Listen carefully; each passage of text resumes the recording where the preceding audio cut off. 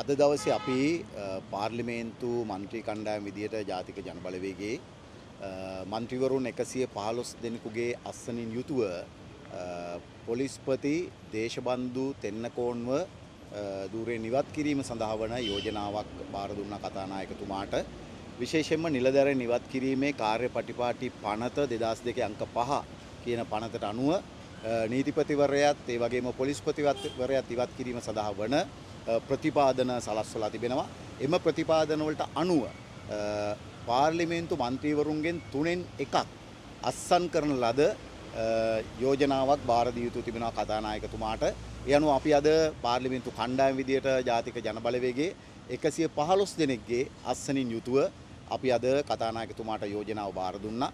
ඒ අනුව මෙම විශේෂයෙන්ම විසමාචාර හෝ දූෂණය සම්බන්ධ වැරදි, ඒ වගේම ධූරයේ බලතල බරපතල අන්දමින් අනිසි ලෙස යොදා ගැනීම, බරපතල ලෙස රාජකාරී පැහැර හැරීම සහ ධූරයේ කටයුතු කිරීමේදී දැඩි ලෙස පක්ෂග්‍රාහී වීම කියන කාරණා පදනම් කරගෙන තමයි අපි අද මේ යෝජනාව කතානායකතුමාට බාර දුන්නේ. ඉතින් මින් ඉදිරියට කතානායකතුමාගේ පැත්තෙන් මීට අදාළව ක්‍රියාමාර්ග ගත යුතු තිබෙනවා. ඉතින් අපි විශ්වාස කරනවා ඔහුගේ පැත්තෙන් ඉතාමත් කඩිනමින් මීට අදාළ ක්‍රියාමාර්ග ගනිමින් මේ දූෂිත ඒ වගේම පසුගිය දවස්වල අධිකරණයේදීත් ඔහු සම්බන්ධයෙන් විවිධ චෝදනා මතු වුණා. පසුගිය කාලේ පුරාම දේශබන්දු තෙන්නකෝන් පිළිබඳව විවිධ සමාජයේ විවිධ විරෝධයන් මතු වුණා.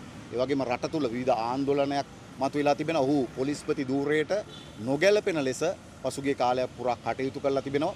ඒ නිසා තමයි අපි අපේ മന്ത്രി කණ්ඩායම ලෙස මොහුව ධූරයෙන් ඉවත් කරන්න කියන යෝජනාව අද දවසේ කතානායකතුමාට ඉදිරිපත් කළේ. ඉතින් අපි බලාපොරොත්තු වෙනවා කඩිනමින් මේ පිළිබඳව ක්‍රියාත්මක වේවි කියලා. දැන් ඔබතුමාට ආයි විපක්ෂීය ඡන්ද අවශ්‍ය නැහැ නේ. 3න් 2 තියෙනවනේ මේක දිනන්න පුළුවන් නේ. ඔව් ඇත්තටම මේකට 3න් 2ක් අවශ්‍ය වෙන්නේ නැහැ.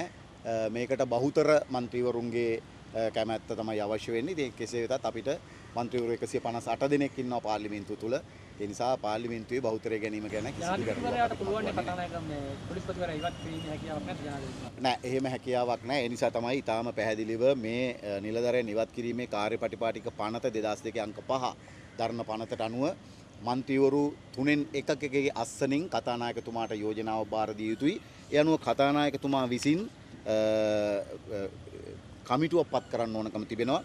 එම කමිටුවේ සංයුතිය වන්නේ අගවිනිසුරු නම් කරන ශ්‍රේෂ්ඨාධිකරණ විනිශ්චයකාරවරයෙක්. ඔහු තමයි සභාපතිවරයා.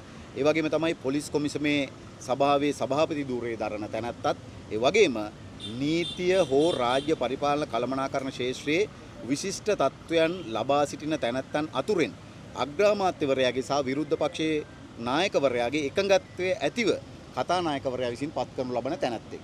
මේ 3 දෙනාගේ කමිටුවක් පත් කරන්න ඕනේ. කමිටුවෙන් තමයි කමිටුවේ නිර්දේශ අනුව කතානායකතුමා එය ජනාධිපතිතුමාට බාර දෙන්න ඕනේ. ඒ අනුව තමයි ජනාධිපතිතුමාට මොහුව ධූරයෙන් ඉවත් කිරීමේ හැකියාව ලැබෙන්නේ. ඉතින් අපි තාමත් විධිමත්ව අපි මේ ආණ්ඩුවක් ලෙස ගත්තට පස්සේ අපි ඔබ දන්නවා දිගින් දිගටම ආණ්ඩුව නීත්‍යානුකූලව විධිමත් ලෙස අපි හැම මොහොතකම ක්‍රියාත්මක වන ආණ්ඩුවක්. ඒ නිසා තමයි විධිමත් ක්‍රියාපටිපාටියට අනුව පොලිස්පතිවරයා ධූරයෙන් ඉවත් කිරීමට අදාළව අපි පැත්තෙන් අපි අපේ යෝජනාව බාර දීලා